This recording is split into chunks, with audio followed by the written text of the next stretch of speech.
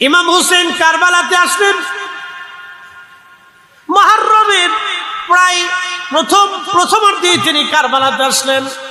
7ই মুহররম থেকে ওনার পরিবারের জন্য পানি বন্ধ করে দেয়া হলো। পৃথিবীতে 4টা নদী আল্লাহ জান্নাত থেকে প্রবাহিত হয়েছে। একটা নদীর নাম ফোরাত নদী, আর একটা নদীর নাম নীল নদী, আর একটা নদীর নাম আমু দরিয়া, আর একটা নদীর নাম এই মুহূর্তে আমি ভুলে গেছি।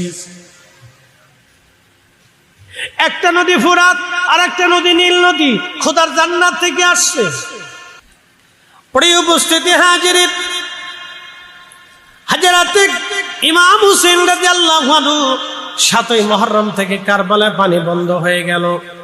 10ই মুহররম আসলেন। 10ই মুহররম আসার পরে তিনি সকালবেলা ফজরের নামাজ পড়লেন, সাথীদেরকে নিয়ে দোয়া করলেন, সবার থেকে বিদায় নিলেন। সবাইকে বললেন আপনজনদের কাছ থেকে বিদায় নাও। মা সন্তান মায়ের কাছে বিদায় নিলেন, মা বিদায় নিচ্ছি, আর কোনোদিন দেখা হবে না, খেদমত করতে পারলাম না। মা খুশি মনে বিদায় দিয়ে বললেন, বেটারে খুশি মনে বিদায় দিলাম, চলে যাও তুমি জিহাদের ময়দানে, তুমি চলে যাও। আব্দুল ওহাব নামে একজন কারবালার ময়দানে শহীদ হয়েছিলেন। তিনি জানতেন না কারবালার ময়দানে ইমাম হুসাইন আসছে। মাত্র 17 দিন, কিছুদিন আগে আব্দুল ওহাব বিয়ে শাদী করেছিলেন। আব্দুল ওহাবের মা এসে বলতেছে, ওহাব রে, তুই আমার একটা মাত্র কলিজার টুকরা সন্তান, আজকে 17 দিন হলো তুই বিয়ে করেছিস। সন্তান আমার, আমি শুনছি কারবালার ময়দানে নাকি আমার রসুলের আওলাদ হুসেইন বিপদগ্রস্ত। বেটারে এখন কি স্ত্রী নিয়ে আনন্দ ফুর্তি করবা না কারবালায় যাবা? আমি মা তোকে বললাম, সন্তান রে, পৃথিবীতে মানুষ বিভিন্ন কারণে মানুষ মারা যায়, বেটারে জান্নাতে যাওয়ার এর চাইতে আর সুবর্ণ সুযোগ আর কোনোদিন তুমি পাবা না। চিৎকার মেরে জোরে বলেন না মারহাবা। আমি জানি প্রেমে পাগল সে তো মদিনা, আমি জানি প্রেমে পাগল সে তো মদিনা। ওরে প্রেমানলে পুরে মরি, প্রেমানলে পুরে মরি, ওহে রব্বানা। আমি জানি প্রেমে পাগল সে তো মদিনা। সালাতুন ইয়া রাসূলুল্লাহ,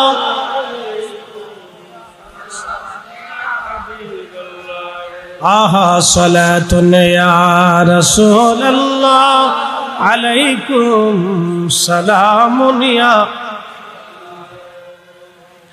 হযরতে ওয়াহাব রাহিমাহুল্লাহকে মা ডাক দিয়েছে, বেটারে জান্নাতে যাওয়ার এর চাইতে সুযোগ আর কোনোদিন পাবি না।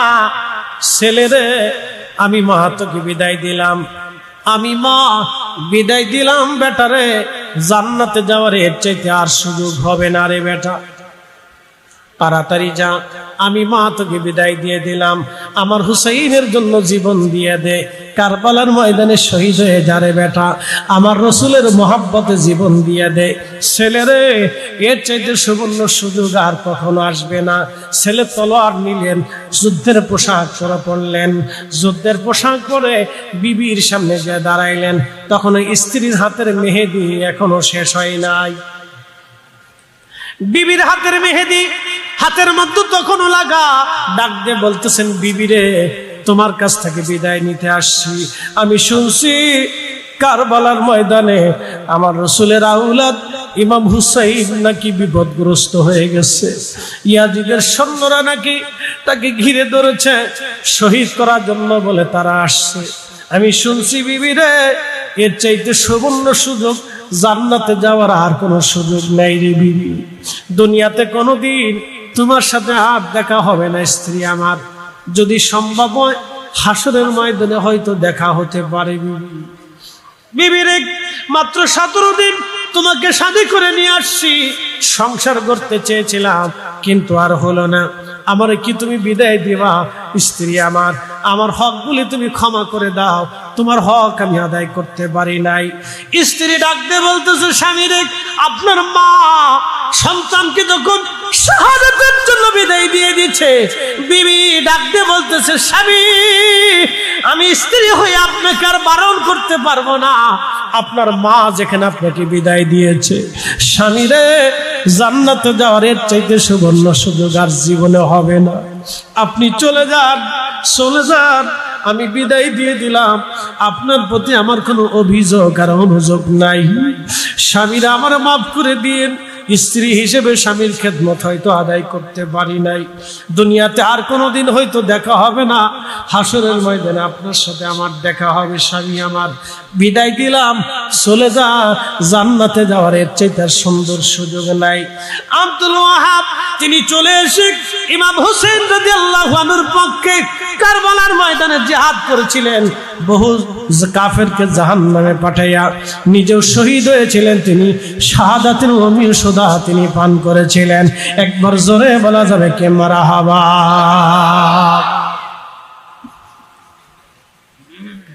তিনার সেই বীর যোদ্ধা জান্নাতে যাওয়ার এর চাইতে সুবর্ণ সুযোগ আর নাই। বেটারে, মায়ের কথা দেখেন, মা একটা কথা দিয়ে বোঝাইলো, ছেলে আমার জান্নাতে যাওয়ার এর চাইতে বড় সুযোগ আর নাই। জান্নাতে যাওয়ার এর চাইতে বড় সুযোগ আর নাই রে ছেলে আমার, তাড়াতাড়ি যা, জান্নাতে যদি যাইতে চাস কারবালায় চলে যা, ইমাম হুসাইনের পক্ষে দুশমনের বিরুদ্ধে লড়াই করে শহীদ হয়ে যা বেটা, আমি মা তোকে বিদায় দিয়ে দিলাম। তাহলে সেই মা কত বড় ধন্য মা, ধন্য মায়ের ধন্য সন্তান আব্দুল ওয়াহাব হাসতে হাসতে জাহান্নামে সেই দিন চলে গেলেন ইমাম হুসাইন রাদিয়াল্লাহু আনহুর পক্ষে লড়াই করে। সেই দিন শুধু আব্দুল ওয়াহাব না, এরকম বহু জনে শহীদ হইয়া আল্লাহর জান্নাত সেই দিন তারা কিনে নিয়েছিলেন। সেদিন শুধু আব্দুল ওয়াহাব না, আরো বহু জনে খুদার জান্নাত নিয়েছিলেন। আর একজনের জান্নাত নিয়েছিলেন, তার নাম হযরত আব্বাস আলামদার রাদিয়াল্লাহু আনহু। আব্বাস আলামদার রাদিয়াল্লাহু তাআলা আনহু তিনি পতাকাবাহী প্রধান সেনাপতি ছিলেন। পতাকা হাতে করে ইমাম হুসেন রাদিয়াল্লাহু আনহুর সামনে দাঁড়িয়ে গেলেন। দাঁড়াইয়া পতাকা দিয়ে বললেন, ভাইজান আপনার পতাকা আপনাকে ফেরত দিয়ে দিলাম, নানা রাহমাতুল লিল আলামিনের পতাকা আপনাকে দিয়ে দিলাম, আমাকে বিদায় দেন। হযরতে জয়নুলের কান্নার আওয়াজ আসলে আমার কলিজায় বিধে, হযরতে আলী আসগরের কান্নার আওয়াজ আসলে আমার কলিজায় বিধে, সাকিনার কান্নার আওয়াজ আমার কলিজায় ব্যথা লাগে, জয়নবের কান্নার আওয়াজ আমার কলিজায় ব্যথা লাগে। আমার শাহাদাতের চাইতে কঠিন যন্ত্রণা হচ্ছে এদের কান্নার আওয়াজ, আমাকে বিদায় দেন। আমি ফরাত থেকে পানি আনার জন্য যাইতেছি। মশক একটা হাতে নিয়ে ফরাত নদীর সামনে যায় দেখলেন হাজার হাজার সৈন্যরা ব্যারিকেড দিয়ে দাঁড়িয়ে আছে। জিজ্ঞেস করলেন, হে ইয়াজিদের সৈন্যরা, তোমরা মুসলমান না তোমরা খ্রিস্টান? ওরা জবাব দিল, আমরা মুসলমান।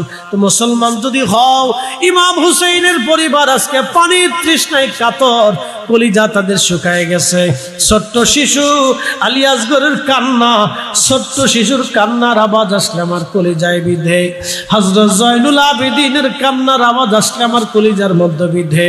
নবী পরিবারের কান্নার আওয়াজ আমার কলিজার মধ্যে বিধে আসে।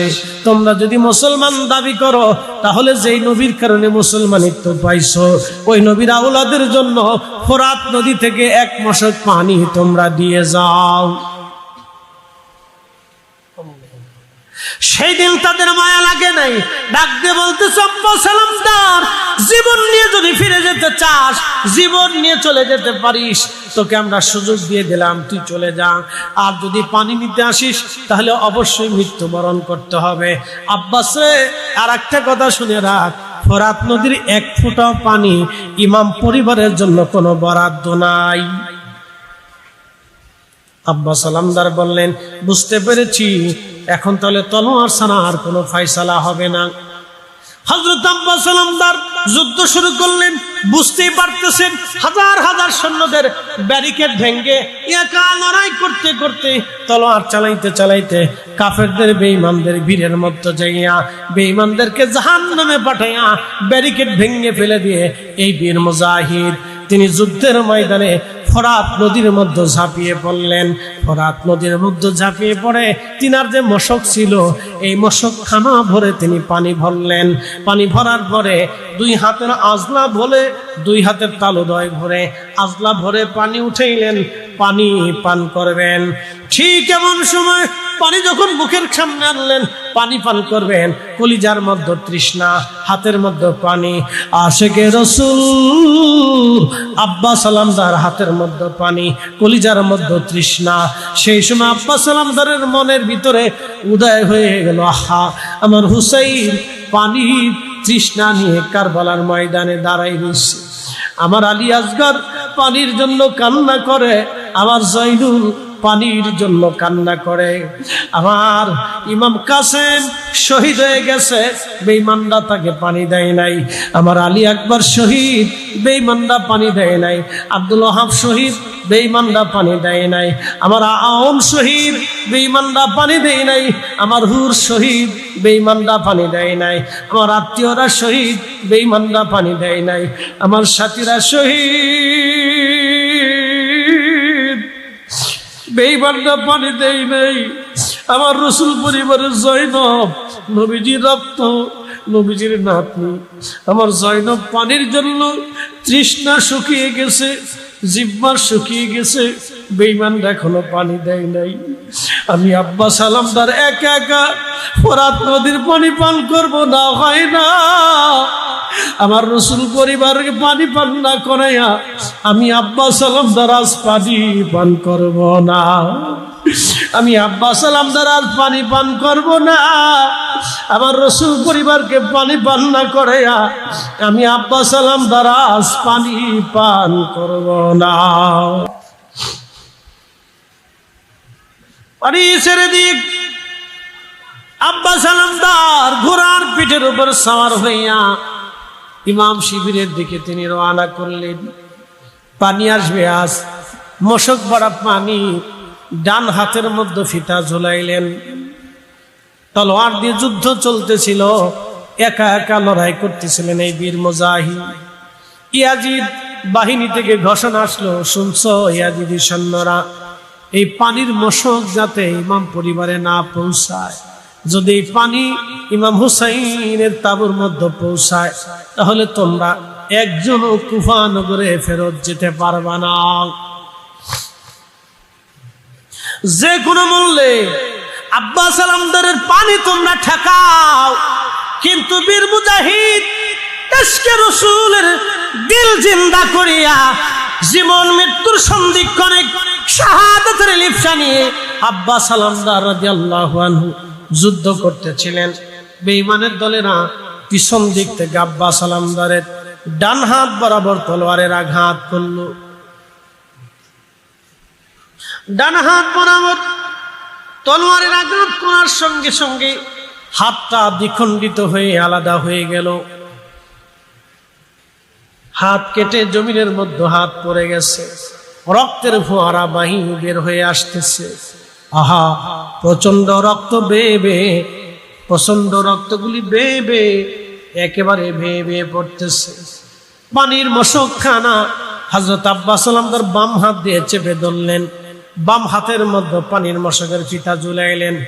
এক হাত নাই, মাত্র একটা হাত দিয়ে তিনি জিহাদ করতেছিলেন, তলোয়ার তিনি চালাইতেছিলেন। বেঈমানের দলের কিছু সময় পরে পিছন দিক থেকে তার বাম হাতের উপরে আঘাত করলো, বাম হাতটা কেটে আলাদা হয়ে জমিনের মধ্যে পড়ে গেল। পানির মশক খানাও জমিনের মধ্যে পড়ে গেল। আশেকে রসুল, ইশকে রসুল কি জিনিস ভালো করে দেখেন। দুইটা হাত আব্বাস সালামদারের হাত নাই, রক্তের ফোয়ারা চলতেছে, দুই হাত বেয়ে বেয়ে রক্ত পড়তেছিল। হযরত আব্বাস সালামদার ওই অবস্থায় ঘোড়ার উপর থেকে লাফিয়ে নিচে পড়লেন। পানির মশক কামড় দিয়ে তিনি চেপে ধরলেন।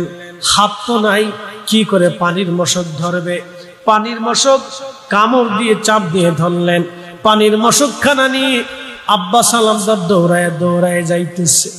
বেঈমানের দলে না বেশি দূরে আব্বাস সালামদারকে যেতে দেয় নাই। তীর বর্ষার আঘাত করে আব্বাস আলমদারকে জমিনের মধ্যে ফেলে দিলেন। জমিনের মধ্যে যখন আব্বাস আলমদার পড়ে গেলেন, আহা আব্বাস আলমদার রাদিয়াল্লাহু আনহুকে ওই জমিনের ভিতরে তীর আর বর্ষার আঘাত করে করে নির্মম ভাবে তাকে হত্যা করা হলো, শহীদ করা হলো। শহীদ হয়ে গেলেন আব্বাস আলমদার। ওই পানির মশকগুলি তারা বর্ষা দিয়ে খুশিয়ে খুশিয়ে পানির মশকখানা ফুটে করে সমস্ত পানিগুলি কারবালার ময়দানে ধুলাবালির মধ্যে পানি ফেলে দিল। পানিগুলি মাটি শুষে নিয়ে চলে গেল। ইমাম হোসেন দূরে দাঁড়ায়া দাঁড়ায়া দেখতেছিলেন আব্বাস আলমদারের শাহাদাত। আব্বাস আলমদার জীবনের শেষ সময় প্রমাণ করে দিয়ে গেছে, ওগো ইমাম হুসাইন, আমি পানি পান করি নাই, তোমাদেরকে বিহীন আমি পানি পান করি নাই, আমি আজগর বিহীন পানি পান করি নাই, জয়নুল আবেদিন বিহীন আমি আব্বাস আলমদার পানি পান করি নাই, আমি ইমাম কাসেম আলী একবার বিহীন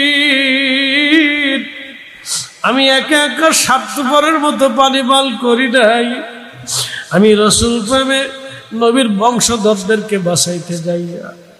এই কারবালায় আমার হাত দিছি, আমার জীবন দিছি, ইয়া রাসূলুল্লাহ, আমি প্রমাণ করছি আপনাকে ভালোবাসি, ইয়া রাসূলুল্লাহ, আমি আব্বাস আলমদার আপনাকে ভালোবাসি।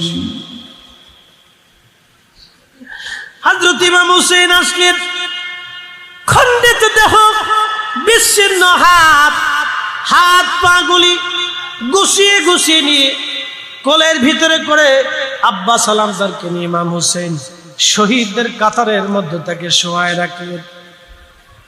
শহীদদের কাতার বাড়ি হয়ে গেল। ঠিক আজও আব্বাস আলমদার রাদিয়াল্লাহু আনহু পবিত্র মাজার থেকে পানি বের হয়ে আসে। ওনার মাজারে গ্রানাইট পাথর দিয়ে মাজার ঘেরা, একেবারে টাইলস করা, পাথর দিয়ে টাইলস করা। ওই পাথরের ভিতর থেকে ঘামের মতো পানি বের হয়ে আসে, পানিগুলি জমা হয়ে আসে। অটোমেটিক পানি আসতে থেকে কোথা থেকে পানি আসে কেউ জানে না। সেই দিন তিনি পানির জন্য শহীদ হয়েছিলেন। আমার আল্লাহ প্রমাণ করে দিলেন শহীদরা মরে না, ঠিক কিনা? শহীদরা মরে না, শহীদরা মরে না। রহস্য তো অবশ্যই আছে, কেন তিনি 10 তারিখে শহীদ হলেন? রহস্য অবশ্যই আছে। যদি তিনি 10 তারিখে শহীদ না হতেন তাহলে মুসলমানদের হৃদয়ে এমন আঘাত আসতো না, কলিজা ছিঁড়া কান্না আসতো না। সোহাদায়ে কারবালা স্মরণ করে মুসলমান চোখের পানি ফেলে ফেলে কাঁদতো না। এই কান্না কিয়ামতের ময়দানে আমাদেরকে আল্লাহর হাবিবের কদমে মোবারকে জায়গা করে দিবে। শুনছেন পটিয়াবাসী, এইভাবে ধীরে ধীরে সবাই শহীদ হয়ে গেল। আলী আসগর শহীদ, সবাই শহীদ। ইমাম হুসেন রাদিয়াল্লাহু আনহু তিনার বিদায়ের পালা এসে গেল। তলোয়ার হাতে নিলেন, বাবার দেওয়া জুলফিকার তলোয়ার হাতে নিলেন। সৈয়দুশ শুহাদা হযরত আমির হামজা রাদিয়াল্লাহু তাআলা আনহুর বর্মটা গায়ে দিলেন। আল্লাহর হাবিবের দেওয়া সবুজ পাগড়িখানা মাথার উপরে বাঁধলেন। সবুজ পাগড়ি মাথায় বেঁধে আহা হযরত জয়নব রাদিয়াল্লাহু আনহাকে কাছে ডাকলেন। জয়নবকে ডেকে বললেন, বোন জয়নব রে, বিদায় নিচ্ছি, দুনিয়াতে আর কোনোদিন তোমাদের সাথে আমার দেখা হবে না। জয়নব রে, বোন আমার, 2টা ওসিয়ত আমি তোমার জন্য রেখে যাচ্ছি। 1 নাম্বার ওসিয়ত, বোন আমার, আমি আমার জয়নুল আবেদিনকে উম্মতের জন্য রেখে গেলাম, নানার উম্মতের জন্য। আমার বোন জয়নব রে, শুনে রাখ, আমার জয়নুল আবেদিনকে নানার উম্মতের জন্য রেখে যাইতেছি। সন্তানের মতো আদর করবি, কষ্ট দিবি না বোন আমার। 2 নাম্বার ওসিয়ত, আমি শহীদ হয়ে যাওয়ার পরে আমি জানি ওরা আমার দেহকে খণ্ড বিখণ্ড করবে, আমার উপর অত্যাচার করবে। আমার সাকিনা আমার বড্ড বেশি ভালোবাসে, আমি আমার মেয়েটাকে বড় বেশি ভালোবাসি। বলবে আমার সাকিনারে আমার লাশের পাশে যেতে দিবি না, মাতম করবি না, বুক ছিড়বি না, কাপড় ছিড়বি না, চুল ছিড়বি না। বোন রে আমার, আমার শাহাদাতের পরে আমার সাকিনা আমার লাশের কাছে যেতে দিবি না। বোন রে 3 নাম্বার ওসিয়ত, দুনিয়ার কোন রাজা বাচ্চার কাছে আমাদের ফয়সালা টানতে যাবি না। বোন রে 4 নাম্বার ওসিয়ত তোমাকে জানাইতেছি, যদি কোনদিন মদিনায় যাও, মদিনার কারো বাড়িতে আগে যাবি না রে বোন, সবার আগে আমার নানা রওজা শরীফের পাশে দূরে বসে যাবি। আমার জয়নুলকে বলবি, আমরা 3 দিন ক্ষুধার্ত ছিলাম, 3 দিন আমাদের পানি বন্ধ ছিল, আমার চোখের সামনে সন্তানদেরকে শহীদ করেছিল। আমি আমার আলী আসগরকে পানিবিহীন শহীদ করেছিল, আমার আলী আকবরকে পানিবিহীন শহীদ করেছিল, আমার কাসেমকে পানিবিহীন শহীদ করেছিল, আমার আত্মীয় স্বজন আমার শুভাকাঙ্ক্ষীদেরকে পানিবিহীন শহীদ করেছিল। তোমাদের কষ্টের কথাগুলি আমার নানা রাহমাতুল লিল আলামিনের রওজা মুবারকের পাশে দাঁড়ায়া দাঁড়ায়া আমার জয়নুলকে বলতে বলবি। হযরত ইমাম হুসাইন জিহাদের ময়দানে চলে গেলেন, প্রচন্ড যুদ্ধ হলো সেই দিন। উনি একা, সামনে হাজার হাজার বেঈমান দাঁড়ানো, একসাথে বলবেন কি আল্লাহু আকবার। ইসলাম জিন্দা হতা হে হর কারবালা কি বাত। সেই দিন যদি ইমাম হুসাইন বেঈমানের সামনে মাথা নত করতেন, তাহলে আমরাও মাথা নত করতাম। সেই দিন যদি উনি বেঈমানের সামনে মাথা নত করতেন, তাহলে আমরাও মাথা নত করতাম। সেই দিন যদি উনি বেঈমানদের সামনে লিয়াজু করতেন, তাহলে আমরাও লিয়াজু করতাম। সেই দিন যদি তিনি সন্তানদের দিকে মায়া করিয়া তাহলে বেঈমানের সামনে মাথা নত করতেন, কিয়ামত পর্যন্ত ইসলাম বলে ইসলাম থাকতো না। ইমাম হুসাইন যদি সেই দিন শহীদ না হতেন, মিথ্যার সামনে মাথা নত করতেন, ইসলাম বলে কোনো ইসলাম থাকতো না। নবীর ইসলাম দুনিয়ার কারবালার ময়দানে সেদিন ভুলণ্ঠিত হয়ে যাইতো। ইমাম হুসাইন মাথা উঁচু করে নানার উম্মতকে মাথা উঁচু করে রেখে দিয়ে গেছে। এ সুন্নিরা, আমরা রাসূলের ইশকে আমাদের জীবনকে কুরবানি করতে প্রস্তুত, আহলে বাইতের ভালোবাসা দিয়ে আমাদের জীবন উৎসর্গ করতে প্রস্তুত, সাহাবায়ে কিরামের তাজিম মহব্বত দিয়ে আমরা আমাদের জীবনকে রাঙ্গাইতে প্রস্তুত।